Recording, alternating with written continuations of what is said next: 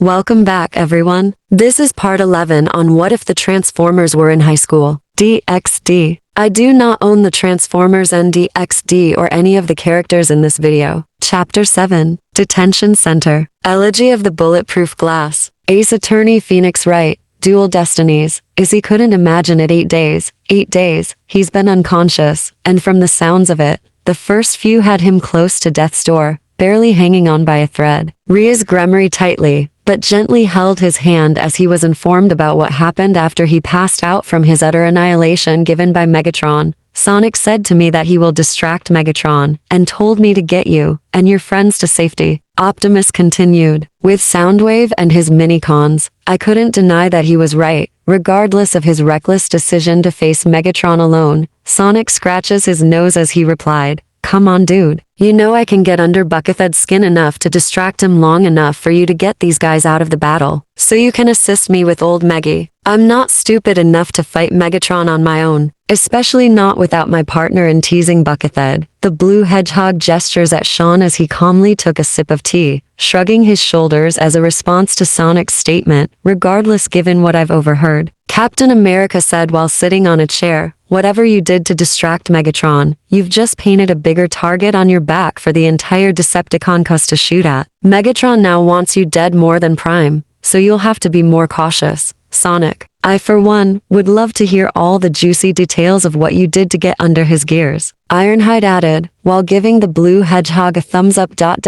So Sonic explained what happened after he took off towards the leader of the Decepticons, Gremory territory, the underworld, 8 days ago. Death Ruins. Shadow the Hedgehog. As Optimus Prime shot down the trio of Soundwave's aerial minions, Sonic gave Optimus a thumbs up and ran forwards at supersonic speeds, leaving Prime to deal with Soundwave and making sure the ORC makes it out okay, especially with Issy in critical condition. Megatron got up on his feet as he shouted, "Who dares strike the mighty Megatron in the middle of his conquest? That would be me, Meggy," Sonic said as he hopped on a branch, prompting Megatron to say bitterly, "Not you again, you miserable blue pest." Sonic feigned getting hurt as he sarcastically replied, "Oh ouch, that really hurts, Meggy. And here I thought we had something special. I tease you. You hate me, you try to destroy me. That can be easily arranged, you insignificant hedgehog." Megatron spitefully replied, and fired 8 blasts from his fusion cannon. Sonic expertly dodged 7 of them, then kicked the 8th back at Megatron, who dodged as Sonic jabbed,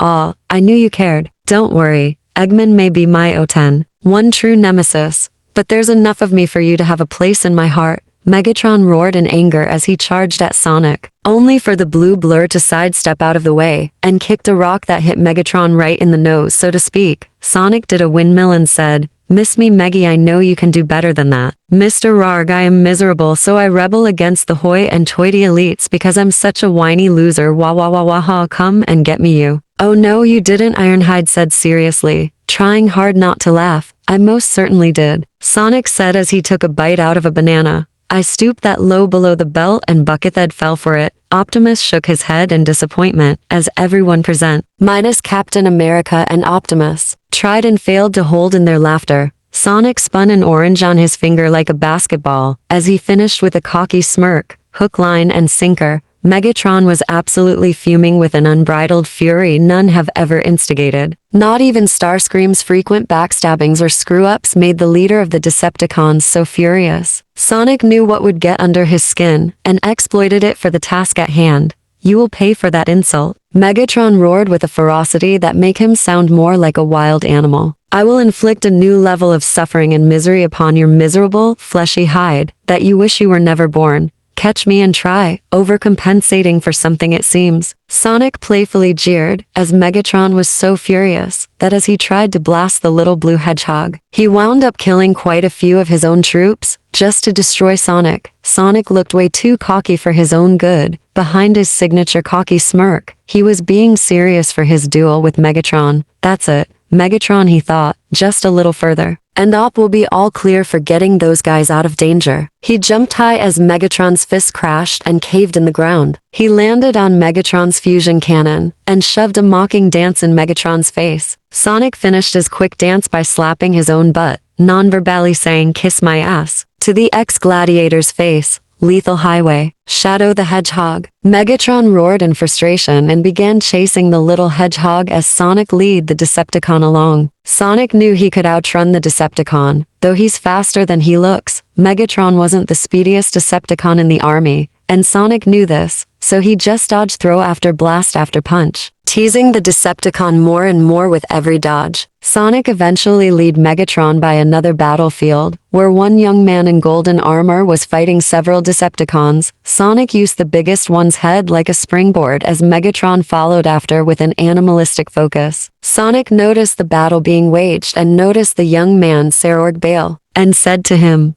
"Yo, the Decepticon leapers are weak in the back. Muscles Mursky. Try aiming your attacks there." Sarorg heard this and saw a blue blur whiz from view, then did as he said, killing the really tough Decepticon. Then fought against the smaller ones and Dr. Eggman's robots. Sonic jumped high into the air as Megatron tried to tackle him, and failed. The hedgehog then kicked Megatron in the back of his head, sending the Decepticon commander through a large boulder. Megatron's eyes were redder than they were before, as he snarled in frustration and glared hatefully at the little hedgehog humanoid that just humiliated him. "I'll tear out your tongue for this, Sonic." Megatron growled. Sonic just replied mockingly, "I'm so scared not. What makes you think I would be intimidated by the likes of some loser like you?" Megatron's fury rose to new heights. He has never been so humiliated and degraded before, and he hated it, hated it, hated it. He wants to make Sonic suffer 1,000-fold. Before Megatron could continue his assault on Sonic, Optimus Prime shot Megatron in the shoulder with his I Don't cannon, distracting Megatron long enough for Sonic to use a homing attack on the Con's face. Surzix finished getting the party guests to the safe zone made by Ratchet, and joined the battle as well with his wife, Graphia, launching a destructive magic blast that Megatron was knocked back by the spell. Iggemin, Doc, Robotnik's mix, Shadow the Hedgehog. Before Megatron could retaliate, Soundwave and a truly massive robot appeared and surrounded Megatron. The big robot was distinct as noted by Surzix and his queen. Distinct as in it didn't look like it was a transformer at all. And sure enough, it was confirmed by Sonic as he said, well, I thought you were here, Eggman, you irritating little blue pest." Eggman said from the robot's head, "With my new Egg Viper, outfitted with Decepticon technology,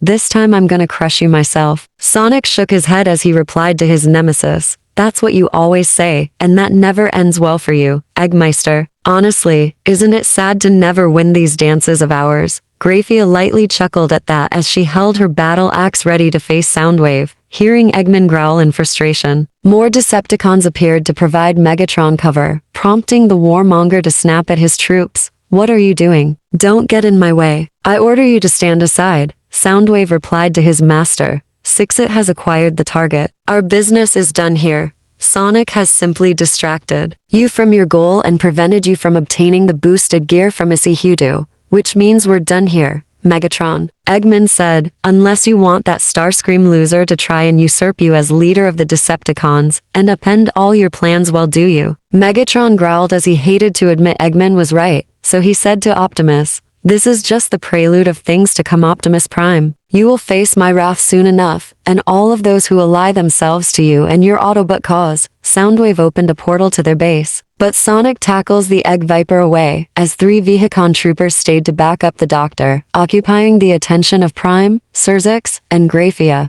Megatron and Soundwave disappeared through the portal, with several Decepticon troops following soon after. Surzix coldly said to Megatron as he decapitated the Decepticon trying to keep him occupied, "Enter the underworld again, Megatron, and I will rip out your spark chamber, I believe it's called." One of the retreating Vehicon troopers replied, "You have no idea what we have in our corner. The matter of you submitting to us is not a possibility. It is an inevitably." Flashback over, your choice. Explanations. Izzy looked a little concerned at what that one Decepticon said in response to what Rhea's big brother said. He asked, "So what does that mean? And what about Dr. Eggman?" Sonic simply kicked back and answered, "Oh, Eggster. I busted up his robot in no time flat, especially when Grimlock came in to help." He snapped his fingers as he pointed to the Dinobot, now a towering 36 to 38 foot tall giant, and Grimlock replied, "Whatever, it gave me something for my dinosaur mode, something to chew on. Too bad that Dr. Eggman wasn't actually there." Grimlock helped us get to Ratchet in time for him to attempt to stabilize you. First Aid had more experience operating on organic beings like us, but Ratchet was really calm when operating on you. And it's thanks to him that you survived long enough to receive medical attention, Riaz said to Issy, then gently embraced him to where she wouldn't make him cry out in pain, which made Issy want to thank Ratchet next time he meets the crabby medic. It was this statement that Issy also noticed Ria's reaction to mentioning Grimlock and noticed a change. She seems to trust Grimlock more than he last remembered. But there's still a small flicker of bitterness towards the large Dinobot.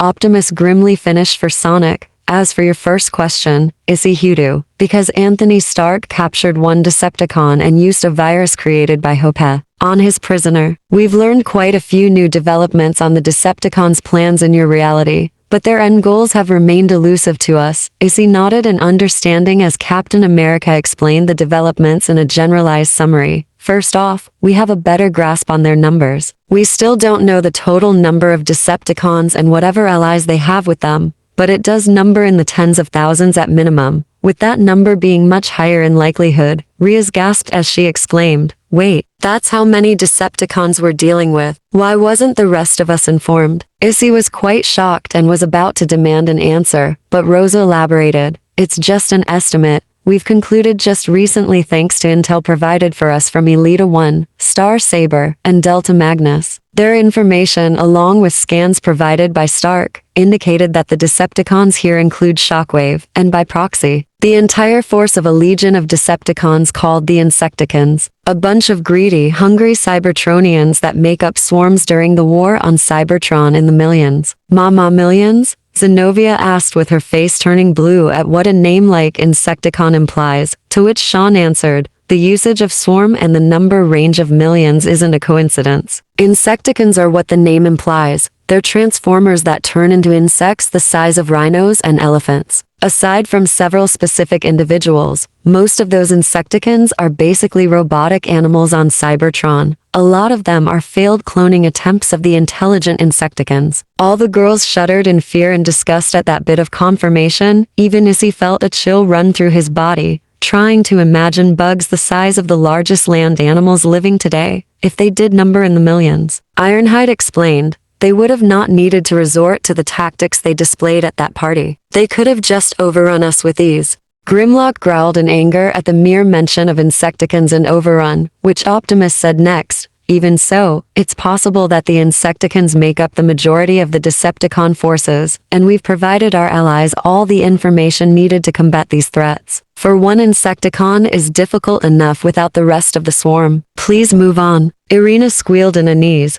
"I'm getting really squeamish talking about giant robot insects. I bet they're really unpleasant to look at." Grimlock, Bumblebee, and Sonic lightly chuckled as Captain America said, "Sorry, Jazz once said that they were ugly suckers to look at. And I agree, after facing one." Moving on from the numbers, we've learned something interesting about why they attacked your party in the underworld. Issy perked up as he said, "Oh yeah, I've overheard that Soundwave guy saying something about a guy getting some kind of item. The guy's name is, Lix Rot, or something." Everyone got deathly quiet when the visitors to their reality had faces with clear signs of dread plastered on them. Captain America asked, "By Lix Rot, did you mean Sixit?" Issy realized something was up with how it looked like the Autobots and their hero allies looked like he said a kind of taboo. As even Sonic looked really serious at the mention of the name, Sixit, he hesitantly answered the superhero's question. "Yeah, that was it." He saw the Autobots and heroes look at each other quite tense as Ironhide said, "Well, that's a load. It spells really bad news for us if that killing machine of a con is with Megatron. Here in this reality," Bumblebee said through the radio. "You said it, partner?" Riaz knew the Sixit Decepticon must be really bad news if the Autobots and their allies looked tense, and a few of them saying things like that. So, she asked, "Is it really that bad?" This Sixit character, Optimus nodded as he answered. "But for now, we will hold off on explaining him. As for why the Decepticons were in the underworld, it was a simple smash and grab, something from what I've heard about. They tend to do regularly, even back on Nebulas." Sonic finished for Optimus. As for what they grabbed, well, would the little Phoenix girl like to tell us? What was it the cons poached? Issy turned to Ravel after following Sonic's hand pointing to her. She took a deep breath and said, They stole a set of armor that the Phoenix clan has held since the days before the war against the angels and fallen angels. It was made out of an alloy primarily made up of orichalcum. Why would the Decepticons want that? Issy asked, to which Sean answered, apparently, that set of armor was the only thing the Decepticons stole. And we know this because Riser Phoenix was at the Phoenix Manor at the time of the theft. He tried to fight the thief, who we now know as Sixit, and was beaten close to death as a result, his arm being cut off by a single strike from his blade. Issy looked worried for Ravel's sake, but Rosa clarifies what Issy was thinking. An ally of ours made it in time to prevent Sixit from killing Riser. He'll live, and his severed arm is being reattached no problem. Issy took a sigh of relief at that, but then thought, wait, if that armor was all Sixit stole, then why did they bother? I'm sure there's other things that would be worth their time for that attack. They wanted us in the dark on why, but they failed to notice that Riser's attempt at stopping Sixit took off a tiny piece of the orichalcum armor. Optimus answered, Perceptor studied it when Riser's rescuer noticed that piece on the floor. We now know that what you called orichalcum was really some unusual form of energon. Wait, energon? Issy exclaimed, as in the same stuff you guys need to survive. Kind of energon. The Autobots, Issy. Akano answered, yeah, the fuel and lifeblood of all Cybertronian life forms, Autobot and Decepticon. The fact that energon exists in your reality is telling enough, Captain America said, but Cosmos made a startling discovery while he was on Mars with a fellow Autobot named Springer. He detected an ancient frequency from the far reaches of space of Cybertronian origins. The residents of Kuo Town looked visibly shaken at the mention of the planet Cybertron in their universe, when the Autobots stated that they were from a different reality altogether. This was really big news. That means there may have been Transformers among them long before these Autobots and Decepticons showed up. By ancient, Sonic said as he made gestures with his hands to emphasize the point he was about to give. We're talking ancient. Like, when velociraptors were roaming the Mongolian plains. Kind of ancient. That was a little shocking, as Issy asked, what's that frequency for or what does it say? Currently unknown. Optimus answered immediately. Power Girl and Sky Lynx are currently in deep space, tracing the origin of the signal. When it was detected by Cosmos, the signal was too weak for anything noteworthy to mention other than it is Cybertronian in nature. Whatever else we can extrapolate from this signal is that it's been running for quite some time on a loop of sorts. For as Sonic stated, millions of years, 80 million to be roughly approximate to your planet's time standards. Ironhide said, to which Issy looked overwhelmed by this bit of news. Issy thought about it, and wondered why the name Power Girl sounded so irritatingly familiar. And he also thought Sky Lynx was a really cool name, if a bit much. Yeah, and if there are Cybertronians in your reality, then it presents a bit of a problem for us or the Decepticons being here. Captain America finished. Asia asked in response, why would that be a problem? Bumblebee replied with his radio, hey Captain, I think you're selling it a little short. It's not a little problem, but a huge problem. The group looked concerned as Sean said to clarify, it's a matter of their counterparts in your reality. If your reality has a Cybertron of its own, it's a bit like the rules of time travel and where you don't want to interact with yourself in the past or future. There's usually a telltale sign of when two versions of the same person are in close proximity of each other, a storm that grows in intensity the closer the two people are to each other. And should the two counterparts touch each other for the briefest of periods with even a fingernail, shudder, let's just say that the entire universe would collapse in on itself and unravel like a quilt. To put it softly, that made Issy and his friends absolutely pale in the face. The color just flushed out of their bodies. Their eyes were wide with shock. If two of the same person from different universes so much as touch fingers, they can kiss goodbye to reality. Reality they knew. Riaz asked, quite shaken, so are any of you? Rosa held up a hand and interrupted. Counterparts to anyone in this universe, fortunately for your reality.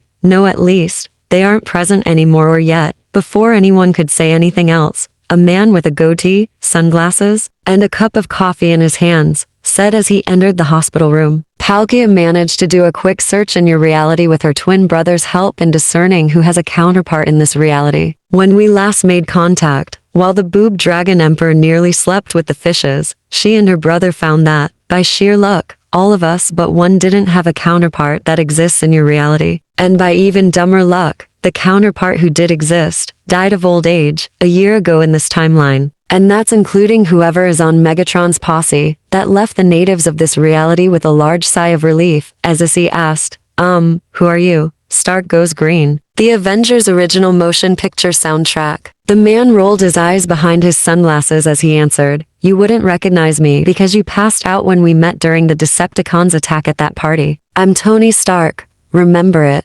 Casanova. Issy looked at his friends with confusion as Irina stated. In other words, he's also the superhero called Iron Man. That gold and crimson robot thing that distracted Soundwave. Glad you can make it, Tony. Captain America said to the armored Avenger. Same, Tony said as he handed the coffee he was holding to him. That's for you, Rogers. I already had mine on my way here. No thanks to the doctors here. The Star-Spangled Hero said thanks and took the coffee, as Optimus decided to briefly explain before explaining the last bit of news. You wanted to know more about the two investigating the signal. I'll explain them briefly. Sky Lynx is a commander under my authority, and among the best warriors among the Autobots. He takes some getting used to, but otherwise, he's as dependable as one could ever hope or dream. Issy and Riaz noticed how Optimus hesitated when he tried to describe Sky Lynx, and wondered what was it about this Autobot that Prime felt compelled to say he takes getting used to. Riaz hopes he wasn't worse than Grimlock. She never saw Sky Lynx before, but heard a bit of his voice, and he sounded quite intelligent. I just call him a royal pain in the ass. Tony joked, earning quite a few laughs, especially from Grimlock and Ironhide. Okay, then who's Power Girl? Issy wondered, hoping in his mind she's some beautiful heroine. Ironhide answered for Prime. She's Superman's cousin. She is, by your kind standards, in looks, what one calls a total hottie, and she's way out of your league, boy. Also, you try what you usually do to other girls towards Kara. She'll literally rip you in half, with absolutely no effort. Issy's expressions were priceless as Ironhide listed Power Girl's traits. First, his expression was that of a mixture of shock, surprise, and giddiness. He is very familiar with Superman, didn't know he had a girl cousin, and wanted to meet her. Second, his face had pervertedness plastered on him like a billboard sign at Ironhide describing her as a man's dream girl. Riaz, Akano, Asia, Zenobia, Irina, Ravel, and Koneko all showed faces that oozed jealousy on them. They all met Power Girl before, and knew what Issy would think if he met the superheroine. Third, Issy had an angry look on his face after being told that Superman's cousin was way out of his league. Koneko and Ravel had mischievous smirks at Issy's reaction. They knew that Ironhide was right, and knew that she wouldn't be interested in the pervert. And fourth, Issy's face looked like he was either kicked in the balls, or saw the most terrifying movie ever made. The expression he made a good chunk of the group present to chuckle at the Red Dragon Emperor's look that made him appear paralyzed. Optimus sighed a sigh like that of one who's glad everyone was in good spirits, as he cleared his throat, and said, they both left a few hours after we gathered the rest of the Zaxxon's crew, and Sky Lynx arrived from headquarters, which was nearly a week ago. They should arrive back by night, with some more information about the signal. Issy and the rest gulped as they anticipated what Optimus said next. At the same time. At the Decepticon base under Chernobyl. Decepticons. Transformers the score. So Megatron said to himself as he held a glowing red gem, the red Chaos Emerald, in his finger and thumb. Cybertron does exist in this reality. He sat on a makeshift throne made up of the bones of freshly slain dragons, giants, and concrete. He was just briefed on the test results of the Phoenix family's stolen armor, and it came back positive. It was indeed made of some unusual form of energon, unlike any of the variants known to the robotic life forms, Shockwave said as he touched a holographic display. This confirms that breakthroughs in deciphering both the Dementus Nexus and the Darkhold using the Chaos Emeralds I have made. Though, the process is slower than anticipated, as we only have 5 of the 7 emeralds. Megatron frowned at that, and said, then why are you wasting my time with this? Shockwave anticipated this, and said, running further diagnostics. I have discovered that to speed the process up to its full capacity, we need either of these 3 options. And what, pray tell, are these options, Doctor? The familiar form of Starscream said in response, not exactly pleased to hear Shockwave prattle on. The cycloptic scientist answered, we need either one more Chaos Emerald, the Master Emerald that resides on Angel Island, or the boosted gear possessed by the boy, Issy Hudu. Megatron said aloud his thoughts. The Master Emerald is out of the question. Ever since our last attempt to take it, Optimus has that crystal under the strict discard. and its guardian is willing to send it to the abyss if any further attempts are made. The Autobots have one emerald that they've stored under heavy guard. Where it is we do not know. There's still one emerald unaccounted for in the possession of us or the Autobots. But the only means of being able to locate it is too risky to allow Prime to get the rest in my possession, which leaves us with one option remaining. Starscream grinned, which his master also did the same thing as he said, "The Red Dragon Emperor, I say that for now we should leave the boy alone." A voice calmly said from the shadows, "If we kill him now just to obtain that artifact, it will likely find a new host if Shockwave's information about the sacred gear is correct." Megatron turned to see an orange, black, and yellow robot with a mechanical lion head on his chest, and replied, "Razorclaw, you object to this course of action. Merely bidding our time,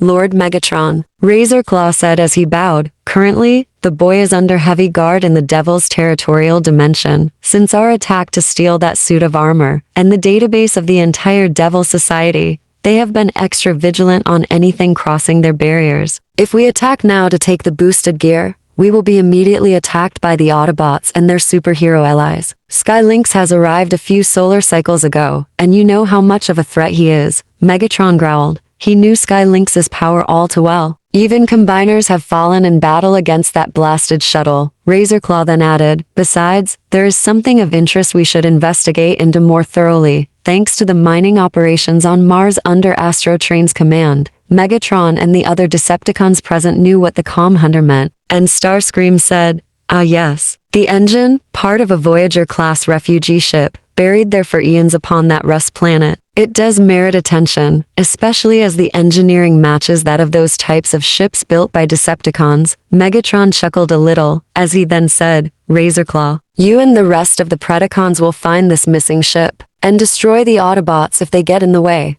Razorclaw bowed to Megatron as he said, "At once, Lord Megatron, and may I say that I am excited for the hunt to come." Back at the hospital, your choice, Revelation. Hold on. Are you saying there are Decepticons here on Earth, long before any of you showed up? Issy was particularly stunned at this revelation, and Riaz shared his thoughts. Cosmos and Springer found out on Mars that there was an engine, part of a Decepticon ship, buried there for millions of years. And thanks to overhearing the Decepticons present, they found out that the rest of this ship has landed on Earth, hiding somewhere under the planet's surface. Optimus Prime looked at Issy and said, "It seems that way, but there's much we don't know." Before we lost communications with headquarters again, Palkia explained that while Cybertronians exist in this reality, that it isn't like the one we came from. Before she could elaborate, we lost contact. It cut off right as she was about to explain this reality and how it relates to us. And while I don't want to jump to conclusions, I do not want Megatron to take advantage of the Decepticons present.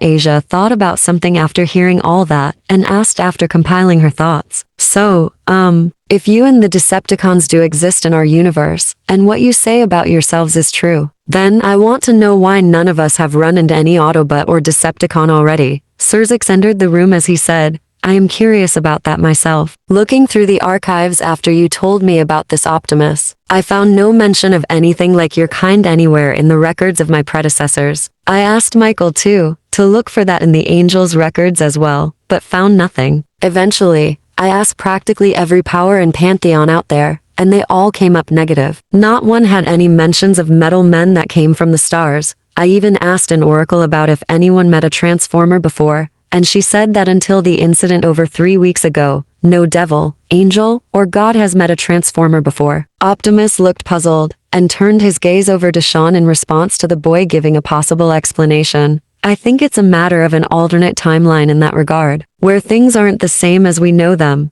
Riaz replied to herself aloud, "It would make sense if there are as many realities as you say there are, and as many alternate timelines. But even then, I'm sure someone met a Transformer from this universe before you guys crashed into Kuo Academy's old school building. What else is there to explain?" Sean mulled it over a bit, then guessed, "True, and if that's the case, then the only reason I can think of why you guys haven't met a Transformer before now is likely that there are simply no Transformers around anymore." Perish the thought. Bumblebee said, "It doesn't make any sense. If our kind no longer exists, then how are we still receiving a message from home?" Rosa looked to have a light bulb moment, as she replied, Maybe it's a manner like what Optimus once said about that lost colony back at our friend's planet, in the Badlands close to Equestria. Optimus knew what the girl meant, and added, sometimes Bumblebee. The shadows of the past have a way of revealing themselves in the present. I agree with Rose's idea. That is likely what we're detecting. An old signal from a bygone age. Well, we won't know for sure until Skylynx and Power Girl arrive back tonight. Zenobia replied while stretching her arms. Until then, maybe we can introduce Issy to all the new faces he missed meeting while passed out. Optimus nodded as he replied, agreed. He may have a target on his back now because of his power, and that he stood up to Megatron, so I would like for him to know the rest of the team. Issy looked pretty interested. He wanted to know who else was with Prime on this ship called the Zaxxon, and figured he won't meet Skylynx and Power Girl until nighttime.